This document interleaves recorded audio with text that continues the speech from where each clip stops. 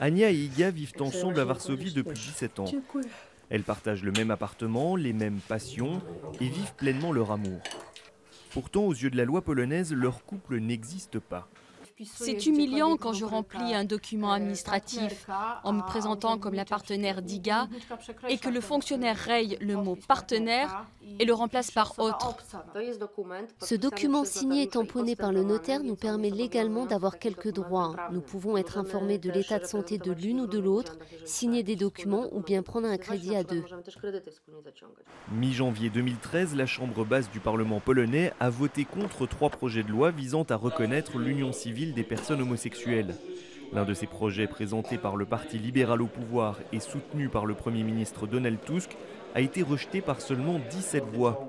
Un signe encourageant pour le député ouvertement homosexuel Robert Biedroń, dont le parti anticlérical, le mouvement de Palikot, ne compte pas baisser les bras. Nous allons déposer des projets de loi jusqu'à ce que l'un d'entre eux soit accepté, parce que nous voulons vivre dans une société égalitaire, sans exclusion et sans discrimination. Je n'imagine pas une Pologne où les unions civiles ne sont pas reconnues.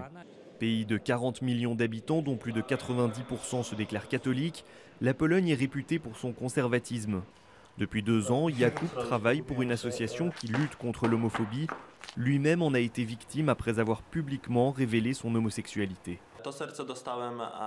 J'ai reçu ce cœur le jour de la Saint-Valentin, lorsque j'étais encore au lycée. Ce qui me choque, c'est que quelqu'un a pris le temps de le découper à la main et de dessiner ce symbole. Interdiction de pédaler. C'était une attaque personnelle, ça m'a fait très mal.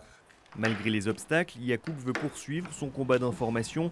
Et même s'il a été écarté au Parlement, le sort des couples homosexuels prend de plus en plus de place dans les médias.